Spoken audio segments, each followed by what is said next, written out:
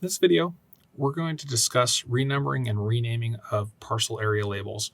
This is important because you may create your parcels in an order that isn't what you want your final numbering to be. And what Civil 3D does is when you create a parcel, it takes the next available counter.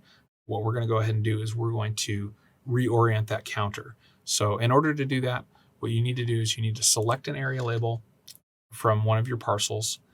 Go ahead and go up to the contextual ribbon bar and select Renumber Rename. And then inside of this command, what you can do is you can either choose to renumber or choose to rename. In our instance, we're not going to go ahead and rename them. We're going to leave everything as property with a number.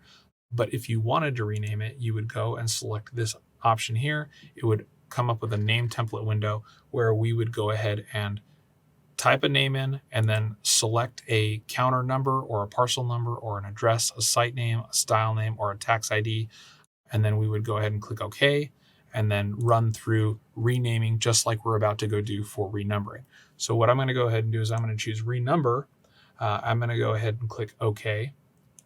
And then I'm going to start my renumbering here at the first parcel. And I'm going to work my way around all of these smaller development parcels. And then I'm going to end in my roadway parcel, knowing that I have one more parcel left, but it will accept the final parcel number that's in the renumbering scheme. So I'm going to go ahead and hit enter, and I will hit enter again.